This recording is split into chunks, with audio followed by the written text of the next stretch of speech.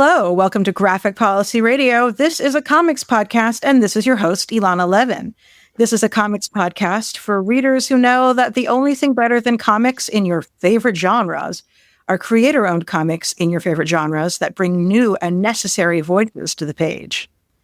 Eisner and Harvey Award-winning The Good Asian and Infidel creator Pornsak Pichetshote is collaborating with an all-star creative team from across entertainment, including comics, literature, film, and television, for something called The Horizon Experiment, a series of 5 one-shot comic books, all featuring original protagonists from marginalized backgrounds set in popular genre and inspired by pop culture icons, where each character's unique background allows the stories to go in new directions. So, rather than a James Bond who, quote, just so happens to be Chinese, this is a spy whose Chinese identity brings something meaningful to the narrative.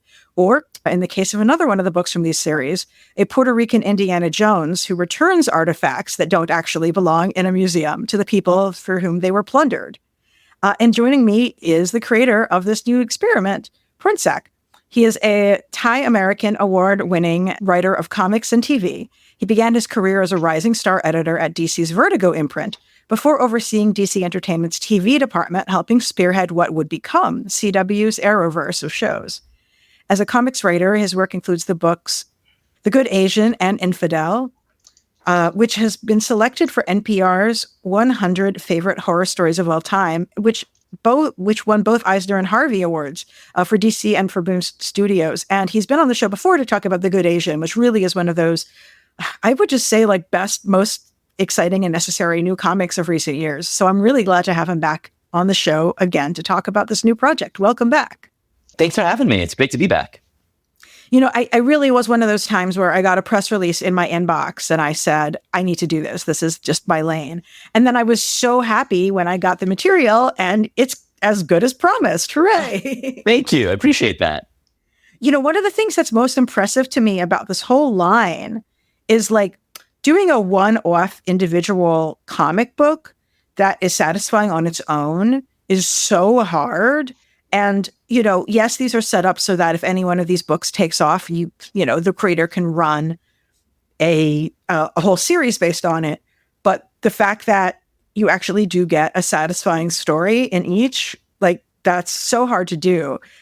As an editor, how did you approach making that work across this line? Oh, that's interesting.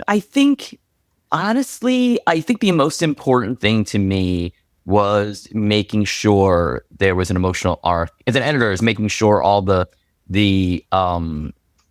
creative teams were telling a full emotional arc in each issue, which sounds tricky, but I think the pilot nature of the experiment of the project kind of made it very natural. So it wasn't like something I had to tell, marching orders. I had to tell each of the creative teams, each of the writers, because they are all very professional and very, very talented and know how to do that anyway. So it was more, everyone kind of intuitively got that because everyone knew there was only one issue to sort of tell the story. And then there might have been a little me coming in and just sharpening, making sure everything was as sharp as it needed to be. But it wasn't as hard as it might seem because there was only one issue to be told. Everyone kind of knew they had to tell a short story, and everyone really got on board with the challenge, as you can see in very different ways. But there are a lot of one-off comics that come across my desk, and it is surprising to be able to do it that well. It is really unique. So and we know a lot of readers, people are always torn between if I read a one individual issue, is it worth my money, and am I going to get something out of the story in this format, versus the question of I'm committing to this big series. And especially in this era post so-called widescreen comics, I think a lot of times people don't know how to do that. So yeah, I was just really impressed in how you were able to get that throughout the line. Thank you. For me, I feel like it was also a little bit of nostalgia. We forget that something like Amazing Fantasy 15, the story that introduced Spider-Man, that's something it's only 15 pages. It's extraordinarily short. And I think because of this decompressor storytelling, we forget how, effective, a single issue can kind of be. And so it's been nice watching, like, certain storytellers have been sort of compressing their stories a little bit more, and you get a lot out of it. Totally. So had your idea for the Manchurian existed before you put together this plan, or did it kind of come from that? It kind of, oddly enough, it might have come simultaneously. I've had the inkling for something like this for a while, and then I didn't really know what to do with it. Then the Horizon experiment came up, and then it was a little bit of like, oh, and I have this thing I've been thinking about for a while, and this would be the perfect way to showcase it. And so it was a bunch of things sort of all at once. And that's usually how a lot of my ideas work, is that I have something I've been wanting to do for a while now, and for whatever reason, it just doesn't click in a way that excites me. And then another idea will kind of come in that does not, sometimes it seems logical and sometimes it doesn't seem logical at all, but kind of gives it some new excitement. And that was kind of the idea of, for all intents and purposes, a fixer for Chinese spies. That idea was kind of circling my head for a while in terms of what it could be. And then when the idea of the Horizon experiment came in, it all kind of crystallized on how it could be sort of very unique and distinct. Well, for folks who haven't heard about the Manchurian as much, I mean, you're telling the story of a spy from China in America, yes, doing his job, like doing spycraft work to bring corporate espionage information back to the Chinese government. Yeah. And it's so interesting because, like, we're in this moment of really heightened xenophobia in America. You know, fear of Chinese people that has been drummed up. It's just always been a problem in this country, don't get me wrong, but it just feels extra heightened since the beginning of the ongoing pandemic. And but like stuff before that, like Trump chose China to demagogue against, even, before all of that. And then it's complicated by the fact that I don't want to make assumptions about your personal political identity, but there is a tendency in the left for folks to say, well, if something isn't American, that's going to be good, because we don't want a unipolar world where it's just the US, and so there needs to be something to balance it. And people will just like jump on whatever other force it is. I mean, and that's how you get leftist apologists for what Putin is doing in Ukraine. And I'm like, right, you've worked your way in a circle, and this is against human rights. This is just completely against human rights. And so it's so interesting to see like a story that is not romanticizing and not demonizing, and like you were acknowledging, how the complexities of everything in this situation. And it's so interesting to be telling this Chinese spy story like in this moment right now. Yeah, I mean, it definitely is. I mean, you're exactly right. Like, there's been a lot of inflated xenophobia, not just from China, but from all sides, right? Like, we're definitely sort of seeing that in the election right now. And so there was a little bit for me, like, all right, how do you tell this story without being on the wrong side of that, I guess, is the easiest way to say it. At the same time, though, like, this is the new Cold War. This is a new Cold War that's sort of happening right now. It's been happening for a while. And, is there an interesting way to sort of play that? And one of the things that ultimately where we landed for the Manchurian, and I guess for anyone who doesn't know, the Manchurian is about a super spy working covert missions in America for China. But the main distinction about the world of Chinese espionage, and this is the thing that really fascinated me, is the Chinese believe in what the analogy the FBI called 1,000 grains of sand approach. And what that means is that if you were America or any Western country and you wanted sand from a beach, you'd get an elite frogman to come in the dead of night, get on that beach, steal that sand, and bring it back. Chinese espionage or Eastern espionage has a very different approach on that. They believe in getting 1,000 tourists to go walk up on that beach in the middle of the day. And then when they leave the beach, each of them pour out what little sand they have on their shoes and their boots until what they amass is actually more than your elite frogman would have gotten. So it really takes the cultural difference between the East and the West and applies them to espionage. In America, in the Western countries, we believe in the power of the individual. And in Eastern culture, it's more about the power of the community. And so to use that community power into espionage, I found fascinating. And so the idea of the Manchurian is as a result, Chinese spies are not what we typically consider spies. They're more like what we consider gossips. They take a little pieces of information and they pass it along, and then there's someone on the other side that brings all that information together to figure out what the real picture is. It's not unlike what we do to figure out what celebrity culture is or what happens in the movies, where we just get little pieces of gossip here and there until we get enough that is verifiable that it's like, oh, I actually think I know what the behind the scenes are. It's very much like that. And because it's like that, no one's actually committing crimes. Because no one's actually committing crimes, you can't arrest anybody for anything. And so in Manchurian, the conceit and the idea is, well, there's a fixer there for people to help these sort of citizen spies when they get into trouble, whether it has to do with their lives, whether it has to do with their mission, if they, in the case of the one shot, if they overreach, there's a fixer there to kind of help them with all that. And so for me, then the story became less about, China versus America and all that. And also I think too, because the protagonist, while he is an operative for China, what he really believes is the power of community, and that's sort of what inspires him. What it would take for people to go out of their way to help a bigger cause, and that's what inspires him about the people that he helps. And so, very much, the Manchurian ends up being, in a way, a type of superhero protecting the community over, against a thing that is anti-community. And one of the things that I kind of realized in the course of writing the Manchurian is that it's very easy to say, oh, the opposite of community is individual. But as I was writing the one shot, one of the things that became clear to me is that, oh, no, the opposite of a community isn't in the individual. The opposite of writing a community is a corporation. Because in a corporation, the individual goes away. And in the community, the individual, every contribution from the individual is important. And as a result, the individual is important.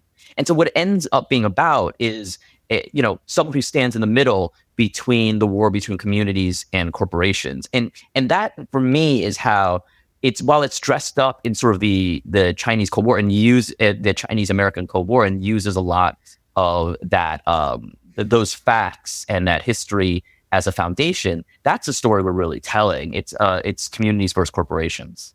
That's interesting. And I also appreciate that you're talking about like corporate espionage, and you have like a moment. And we guys, whenever I talk with somebody about an independent comic, I keep the episode as spoiler free as possible, because I understand that usually the sales are not yet at the point where I can assume that every listener is caught up on it. So what I'm about to say is all very much like not spoilers, but there's a point in this comic where like, somebody's pointing out that like, it's not about some people think this is about weapons, but it's actually about other kinds of technology that are just, and knowing about what's coming up there, and that's just as important, if not more so, than understanding, weapons tech, et cetera, and that people get that wrong a lot. Yeah. It's the face of the new Cold War, where the most powerful weapon in the new Cold War is in munitions of any sort. It's money. Money can get you everything that you need, and you can use it to fuel the most damage. So how did you go about researching this topic? This was a fun and interesting one for me, whereas The Good Asian was, I had a topic and I did the research to fill out the blanks. For the Manchurian, it was different. I had the research done already. This was something I was interested in. I'd stumbled upon, there's a book called Tiger Trap, where a lot of the research for the Manchurian sort of came from. And I had stumbled upon that book and was fascinated with Chinese espionage already.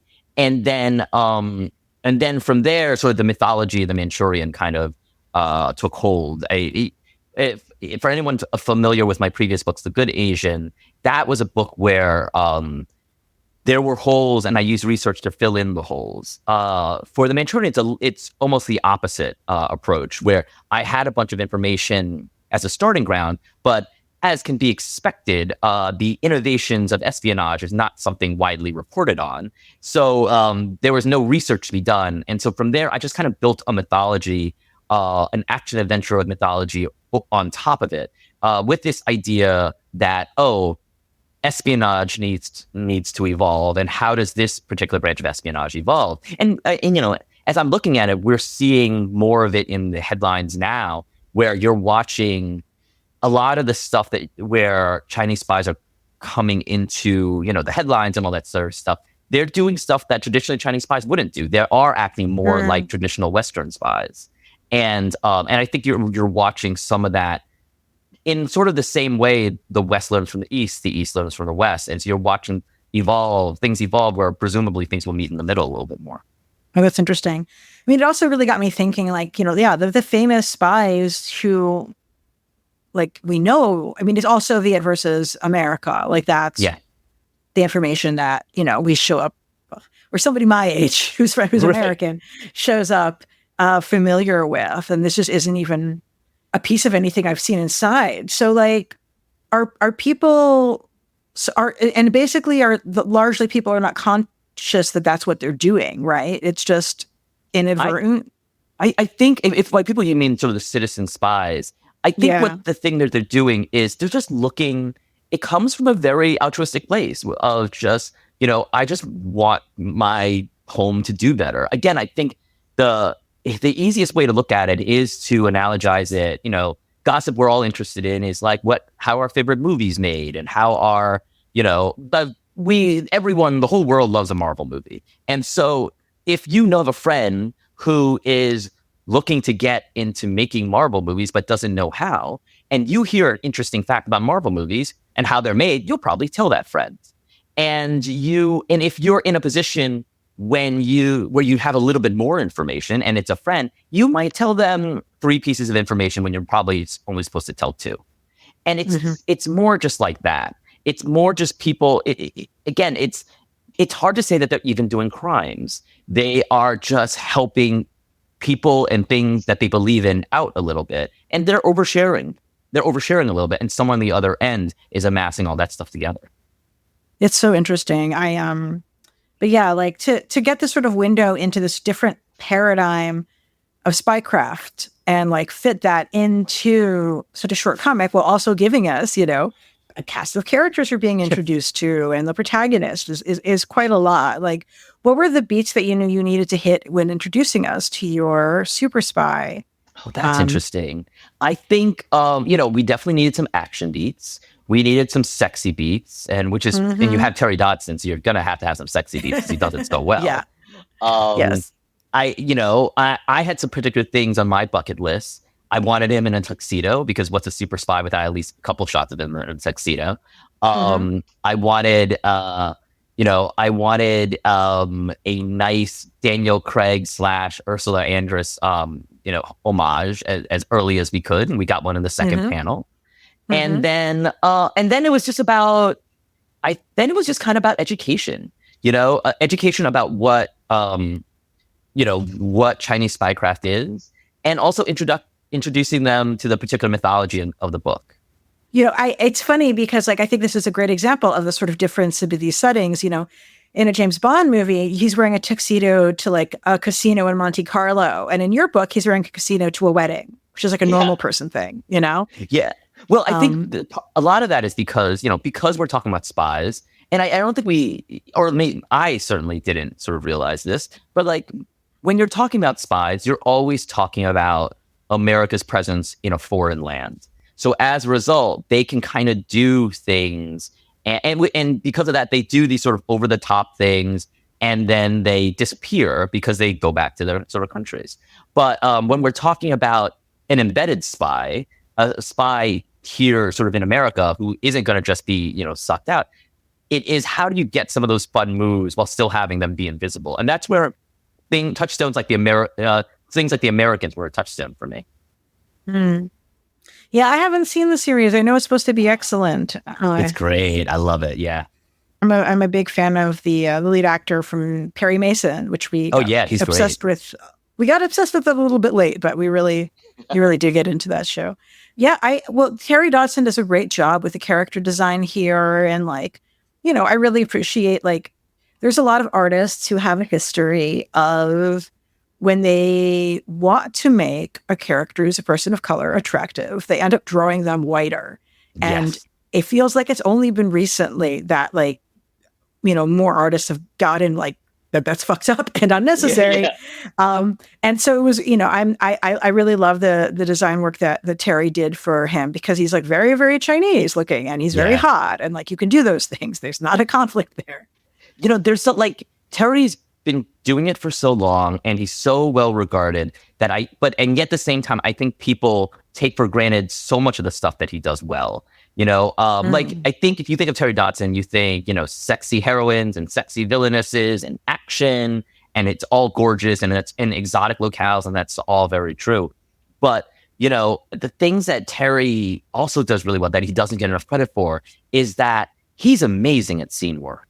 Like if you give Terry Dodson a talking head scene, you have to remind yourself it's a talking head scene, because it never looks like a talking head scene. It never looks like a bunch of heads saying things back and forth. There is always movement to the camera and things going in and out. There's work that he does on the backgrounds and the foregrounds just to keep it dynamic, and also to keep the visuals thematically relevant to sort of whatever the conversation that is happening. There's a panel that takes place in a museum.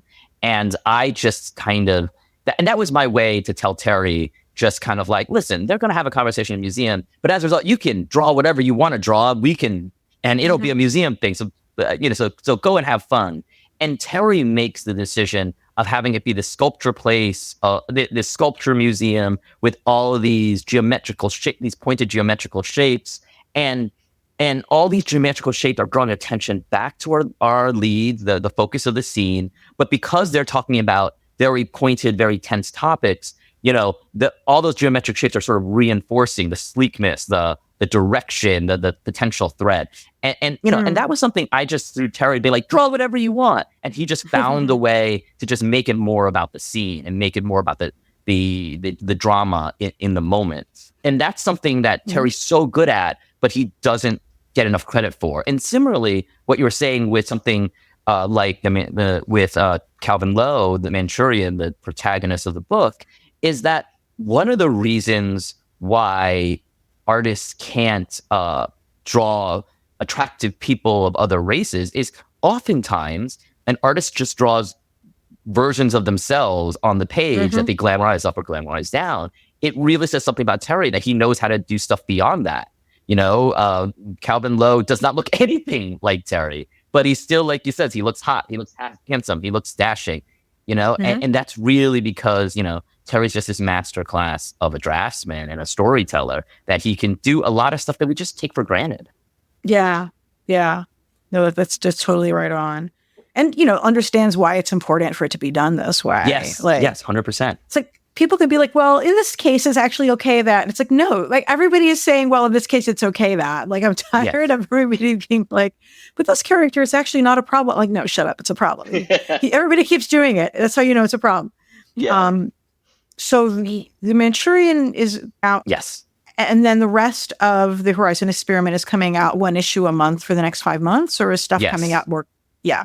Yeah, it's one issue a month for the next 5 months. So what we had is, and again, you did a great job describing at the top, but sort of for a reminder, what the Horizon Experiment is I kind of got my super friends of writers across very many different media, all people of color, and kind of gave them sort of the same challenge, is that, one of the things I wanted was one-shot pilots for potential series, and if sales and response are there, more will happen. And it is, and the challenge I gave them is give me a protagonist of color, set it in a popular genre, and set the story in such a way that if you change the background at all, your whole story has to change. And that's how I got my story, The Manchurian, about a Chinese super spy. Next with Saber Prasada, who has written for Marvel Studios and Lucasfilms, and has become hand-selected to be Mandalani, MCU's own Kamala Khan's writing partner for Ms. Marvel. He's writing something for Michael Walsh, who is the amazing horror. I actually think Michael's the best horror cartoonist working right now. The Silver Coin, and most recently Universal Monsters Frankenstein, which is that first issue is my favorite comic, if of the month, potentially of the fall, potentially of the year. And they are working together on The Sacred Dam, which is a Muslim exorcist, or a Muslim John Constantine, as we've been calling her. And then the month after that, in November, we have Tananarive Due, who's winning every single award for her latest novel, The Reformatory, that Stephen King just plugged on PBS. And she's doing her first, full-length feature solo work in comics with the artist Kelsey Ramsey, who's this kind of out of nowhere superstar who, in the span of 2 years, went from doing anthologies to doing a comic in Scott Snyder's line to working on Constantine and Hellblazer, a trajectory so fast I've never seen before. And she and Tananarive are coming together doing a book called Moondogs. And that's about East African werewolves secretly living in Miami, in a story that's about being a minority within a minority. And then coming out after that in December, we have Jay Holtham, who's a writer and co-executive producer on the Emmy-winning Handmaid's Tale. And he's working with this fantastic, very unique indie cartoonist by the name of Michael Lee Harris. And they're working on a book called Motherfucking Monsters, which is Evil Dead for Blurs, for Black nerds. Mm-hmm. And then we're rounding that out in January in a book that you alluded to by Vita Ayala, Comet's own Vita Ayala, who's done so much stuff for X-Men and Batman and Wonder Woman and all that. And then they're being reunited with Skyler Partridge, who they've worked with on Wonder Woman to do something creator owned. And Skyler is, you're seeing Skyler everywhere right now, and rightfully so. Yeah. She's amazing.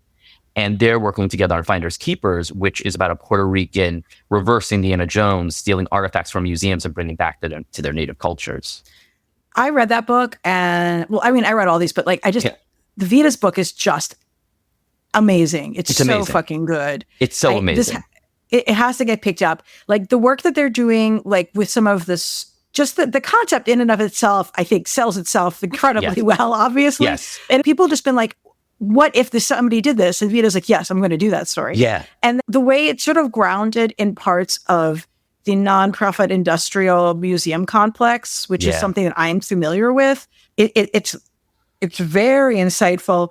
And like, I actually think I know which foundation they're doing a riff on in some ways in the story, but also just like they're doing some map-based storytelling, for example, like for the heist pieces of it. And the way the heist is written is so good. And it's one of the things I kind of love working with everyone here. Like Saber's Saber's a TV writer, but he's also a screenwriter. He's done some writing for features. Tananarive is primarily a novelist. Jay is a playwright and working in television. Vita is a comics person. And so just watching all the different approaches, and to work with someone like Vita and they're kind of like, okay, this is like a bunch of different people kind of coming together and learning comics. Vita knows comics. So Vita pushing comics into a whole different realm and doing more with comics. And that is one of the things I love about Vita, one of the reasons why I wanted to work with them so much. But also, I also just appreciate all the different approaches of comics, of looking at comics that are part of the whole experiment. Yeah, no, totally. What do you obviously this whole thing was put together very deliberately, but like, what do you think is significant about the non-comics writers and what they bring to writing comics? I think each of them do something different, like Tananarive's story is so unique and so distinct. And it's exactly why I went to Tananarive for it. There's an intimacy from it that I don't think you're used to seeing in comics. I wish we saw more of it in comics, but I don't think we see as much of it as we see in Tananarive's story. But also too, what she decided to focus on, just the concept of being a minority within a minority, that something like that is exactly what I was hoping for someone to come into the Horizon experiment with, of just starting with this as a basis point of just like, hey, let's do something that's sort of background based, and saying like, okay, if it's something background based, let's do something that's very, very specific, which on the same hand is also universal. I'm Thai American, and that is a smaller subset than sort of being Asian. It's not quite the same as, when people are talking about Asian stuff, because Thailand is such a small country. So the idea of being a minority within a minority is very personal to me. And I just never heard anyone talk about it or even think to talk about it myself. So to have Tananarive zero in on that, I thought was just sort of amazing. And also, having people from different, approaches look at things, from different mediums, approach things in a different way. I think just expanded things. Saber looking at horror and saying, hey, let's do a Muslim exorcist. And it never occurred to me that every possession story I've ever seen, and because I'm a horror freak, I've seen a lot, and I love a lot. But they're all from the Catholic Christian point of view, and so for him to kind of come up and do that made me realize, like, oh, wait a minute. So that what does the Buddhist exorcist look like? What does the Hindu exorcist look like? What it suddenly takes this genre I thought I knew really well and expands it and shows me all the places you could go with it. It really is true, like how much the Christian lens is suffused with like all other kinds of pop culture narratives in ways where it's like, no, like how this universe works. You have in the Marvel, for example, there's multiple hells, but like there's the Norse hell. There's like all the specific hells are very specific to like different Western frameworks of hell. Yeah. And then you'll have like a Jewish character interfacing with that. It's like, we don't have hell. Like that's not a thing in the same way. So I don't know. It's all and sometimes you can get something interesting out of that conflict. Like the better Moon Knight authors will actually kind of get this in a cool way. But then you'll see other stuff where I'm just like, you're telling me that this Jewish character just shows up in Christian hell and is like, this seems normal. And also that this Christian hell is the thing that's real. You know? Right. Yeah, there's an interesting, and Saber can speak to it better than I can, but there's an interesting thing I learned talking from him where, in Islam, they don't believe in ghosts the way I'm used to in Eastern culture, in Asian culture, or even in American Western culture. If a Muslim was to see a ghost, they would probably interpret it as a jinn, which is very different from a ghost and also very different from a demon. And so, but you take those things, we take for granted that ghosts are a global phenomenon. So there's when you look at it from these perspectives, the realm for storytelling just opens up in all these directions that you realize are completely underutilized and very, very fertile. Yeah, I mean, so really the question becomes like, does an audience just want to see the same exact notes recycled ad infinitum, and like, or do they actually care about interesting and new stories? And sometimes it feels like the way, and I think certain parts of internet discourse have really, like, basically like YouTube has really broken people's brains. Is that like they think doing story well is like having a checklist of things that you hit. Yeah. And like, you got to like break people out of we all saw the Joseph Campbell Star Wars Heroes Journey special from like the 80s. Like you don't need, that's not the word of God. They were doing that for one particular combination of stories. It worked very well for that series. Like this isn't science. This isn't like a scientific equation. Like, And people feel like if it's not doing those things, then you're not doing it right. Yeah. No, 100%. It's very, and that's part of what the Horizon Experiment is about, is just finding new perspectives to sort of look at the things that we love. And as a result, you broaden the things that we love, that we realize there's a lot more moves than maybe the ones we've been going to over and over again. Totally. So, let's say all of these books sell out huge numbers and get picked up for ongoing series. Like, are you going to stay in the role as sort of like a coordinator of this as a line, maybe? Or the way I sort of see myself, for my own sanity, if nothing else, is I kind of see myself as sort of a godfather, where people can come to me for questions and advice as much as I'm able to sort of give. But, there was never the intention to be a one-man publishing company. It was really just to sort of jumpstart these particular ideas that I love, and then give all the creators access to do more. And if I can be a resource going forward, I will happily be. But what I especially would not want to be is a bottleneck. And so, I'm meant to be there as a resource, and I'm definitely giving my energy to help jumpstart everything. But then from there, we take it from there. Well, so how is your background doing this doing this work at Vertigo in some ways? Like, feels like a natural extension of that. Yeah. I think a lot of it was, when I was in Vertigo, and now I'm dating myself, but like, I was at Vertigo from 2003 to 2000, and I was very interested in sort of bringing new perspectives into genre stuff. But I was a younger editor. My Rolodex wasn't as deep, and so I didn't quite do it to the degree that I wanted to. And then by the time I became a writer, I realized it felt like there was even more of a need for that than there was back when I was doing it. So the Horizon Experiment was my way of just tapping into that a little bit, of scratching my editor, helping sort of springboard some new ideas and take sort of what I've learned and hopefully help other people with it. Yeah, I mean, that's the thing also, right? Like, bringing in people who might not be getting comic books made at Image otherwise, and might find themselves at a publisher that doesn't give people a fair shake for that. I mean, that was definitely part of it too, right? Is that, the deal at Image is the best deal out there. But part of the reason why it's the best deal out there is that it's an advanced game that you're playing. You really need to know how to make a book. And if you don't know how to make a book, you need to have access to the people who know how to make that book.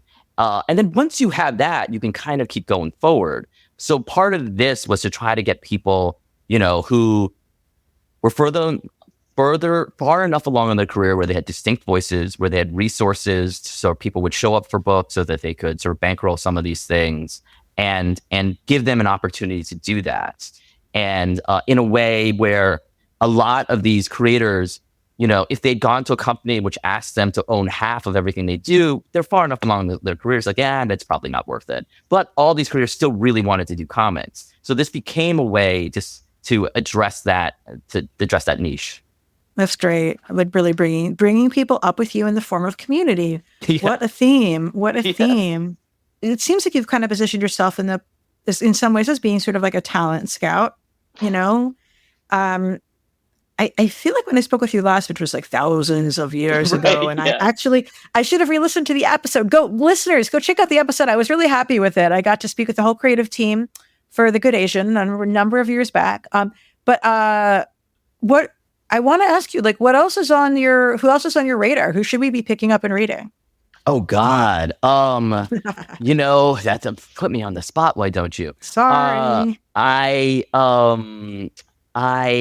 mean, all the writers that sort of are part of the Horizon Experiment, I'm a huge fan of.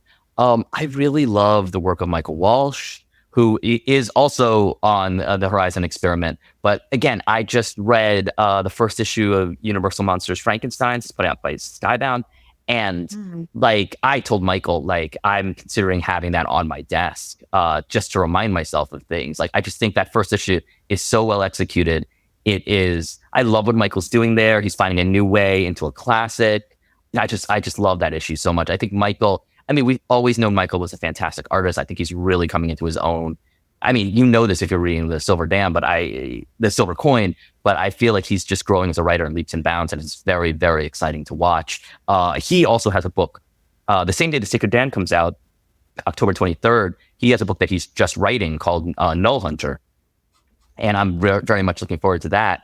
So I think Michael Walsh is sort of fantastic. I've just been introduced to the work of Che Grayson, who did Good Deeds with Kelsey Ramsey, who's working on Moondogs with us. She's fantastic. I'm trying to think who else. What are the other? There are a lot of. I'm trying to think of the lesser. I mean, a lot of the people that I sort of run into and discover. I feel like at this point, everyone, everyone's figured out that they're great writers, and no one needs me to tell them, hey, pick up Patrick Horvath's Beneath the Trees Where Nobody Sees. I think as successful as Tony Fleeks is, I think he's an extraordinary underrated writer, but it's hard. I say that even as simultaneously it's weird to say someone's an underrated writer where where Stray Dogs sold 1 million copies and yet they're still somehow underrated. So I should probably have people on my phone when I get asked that question, because I will come across writers and artists as oh wow, that person needs a bigger platform, and then file it away, and then I can never bring it up in moments like this. That's okay. Don't worry about it. I figured you'd be a guy to ask these sort of things too. Appreciate that. Well, thinking back also on the Manchurian specifically, are there other influences on that book from popular culture that we might not really have known or assumed because maybe it's not from Western spycraft stories? I feel like so much of the Manchurian was taking uh, the hits of sort of Western spycraft and molding it to Chinese espionage. The thing about Chinese espionage specifically is that there's not a ton of stuff from China about it. Usually, if you're doing Chinese spy stuff, they're usually period pieces or they're military stories. So they're pretty hard to. They're not common. There's a book called Decoded, a novel called Decoded from a Chinese writer, and that has a lot to do with Chinese code cracking, Chinese programmers. But that's a period piece as well.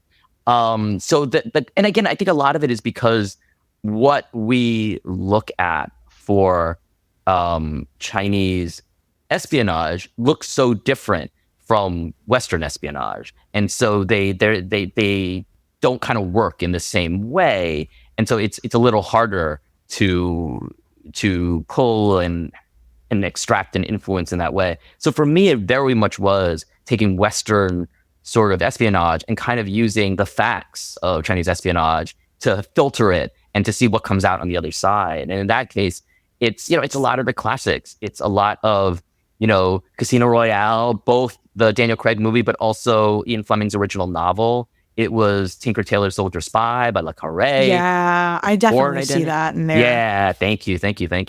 I mean, Tinker Tailor Soldier Spy, the magic about Tinker Tailor Soldier Spy is that it is, about spies, but is so relatable that if you were part of a company, if you worked in a company and then left and regret how the company ended up, which I feel like is a very common thing nowadays, Tinker Tailor Soldier Spy is so relatable. It's basically about what happened to your company after you left your company, and I think it's such a relatable way to look into spycraft, and it's probably accurate. And so there's that, there's Slow Horses, there's The Americans, there's A Bourne Identity, there's Mission Impossible.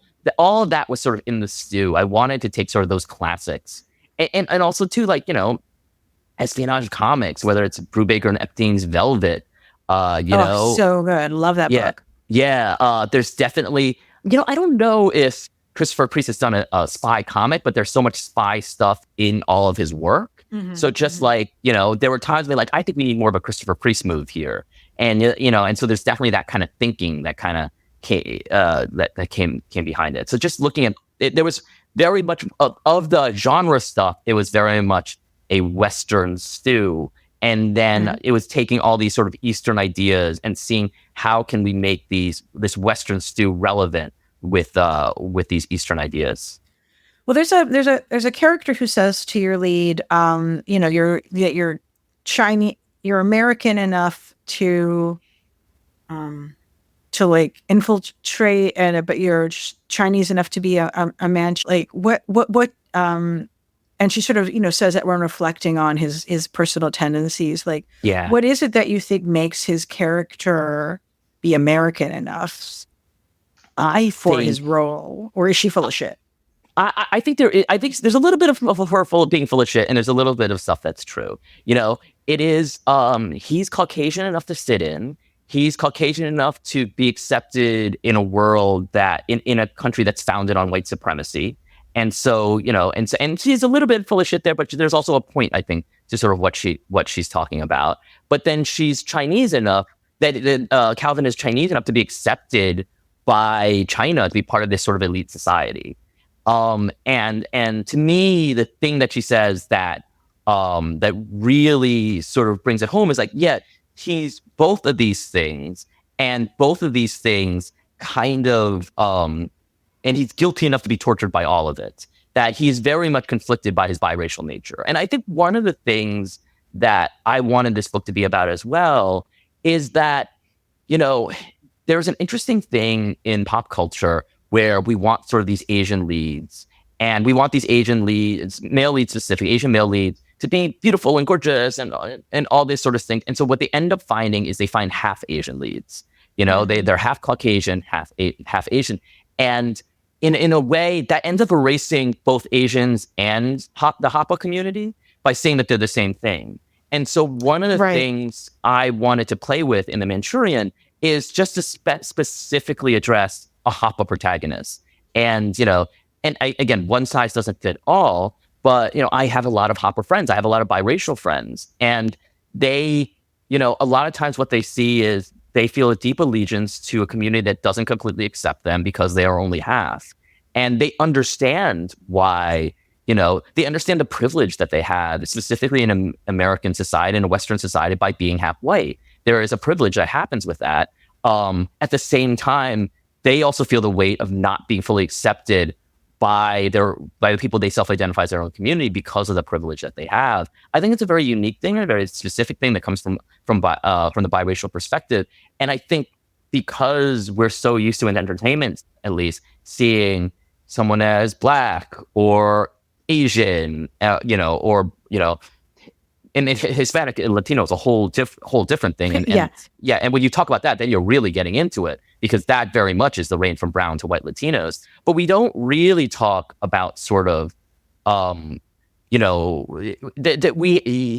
way we talk about biracialness is very limited. And as a result, I was interested in addressing that a little bit more on the forefront, to get into some of the conflicts and the tensions that are unique to them. So that was very much a part of why Calvin is the way he is, of like, because he's half white, half Chinese, he gets the best of both worlds in a sense, but then it's what does he lose in terms of his own feelings about community and the way his community approaches him as a result.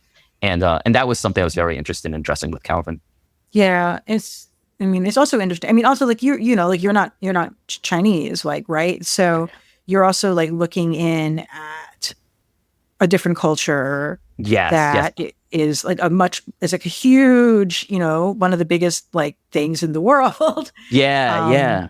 And I had to check with I always have to check with my family. I'm somewhere between a half to a quarter Chinese. So I'm just Chinese enough to grow up around all of it, even though I never felt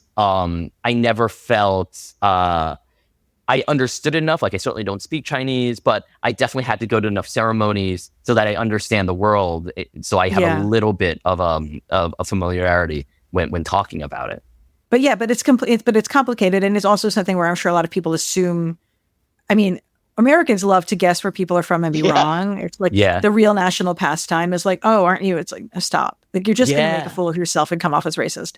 I just got one that was interesting. Someone had thought I was half Japanese, half Latino, and I was like, oh, that's interesting. Haven't heard that one before. Well, is there anything I haven't asked you yet that I should before we wrap? That's a good question. I don't know. I mean, the one thing I will say is that the Manchurian comes out Wednesday, September 25th, which is very soon.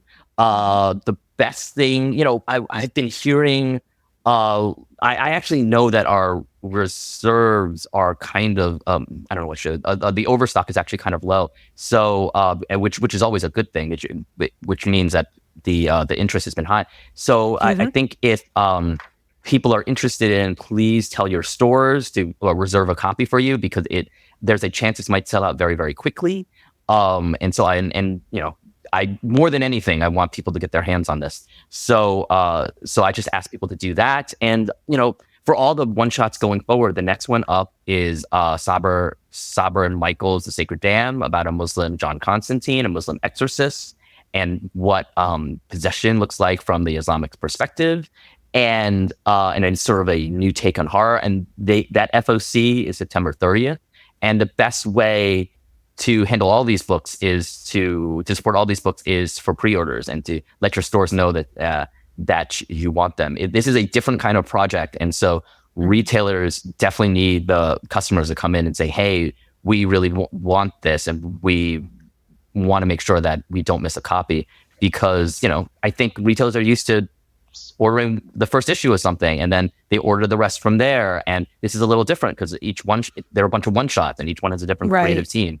I mean, for listeners who aren't familiar, like comics, the determination of whether a series gets picked up or canceled is not actually based on how many issues it sells. It's based on how many pre-orders it gets, which means that the companies are making decisions based on absolutely insane info, because it's like, The only people making pre-orders are the most informed comics consumers. And making a pre-order means that you are buying a comic extremely sight unseen, right? So you are Yes. willing to commit to something that you have not seen financially. So like, if you're like, well, I wanted to thumb through it before I picked it up, well, like you can't do that. I mean, the incentives are ones that create circumstances that stores are going to only do the most conservative purchasing around. Yeah. Because they know they can predict what those things are. And then, you know, we're going to have like a new breakaway hit like this. They're not going to know that. And like, so yeah, call your local comic book shop, tell them that you want to get the Horizon Experiment issues, have that in now, and then you will be supporting the ongoing platform for these diverse and necessary voices that will, you know, give us good comic storytelling that isn't the same old shit from, you know, recycled and checklisted. So thank you again. How can our listeners keep up with your work, like on social media or newsletter or something like that? Yeah, I'm on social media. So let's see. Twitter X is real_Pornsak.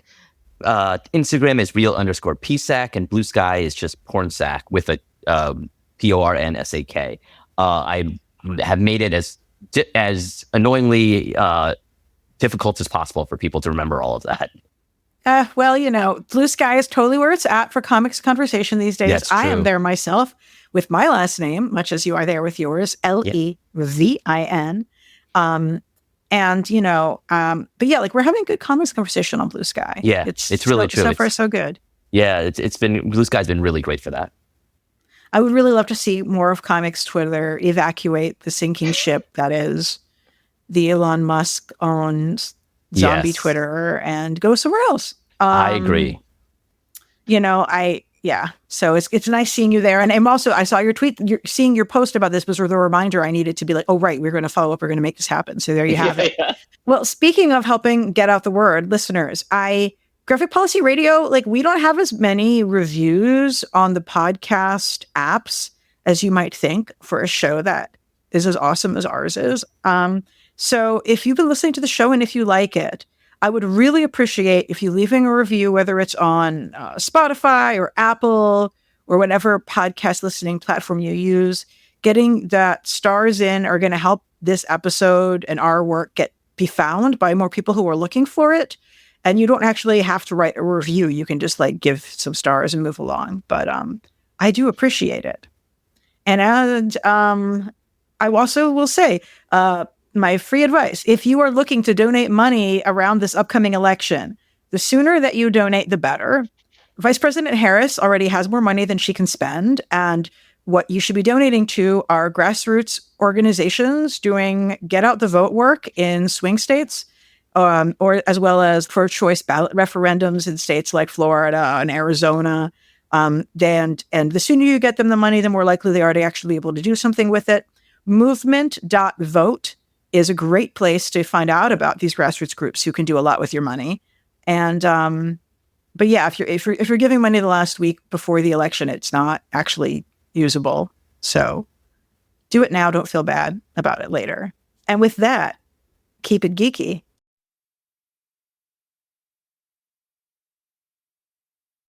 Hey, thanks for watching the previous video from Graphic Policy Television. Just by watching, you help support our site. Thank you so much. Now, if you're watching these videos, you probably care about geeky things like movies, television, comic books, toys, games, video games, you name it. You can go and subscribe right now to our YouTube channel to stay in touch and catch all the new videos, or check out our website at graphicpolicy.com. There's a nice link on this end of the video. But as always, thank you for watching. Keep on rocking and keep it geeky.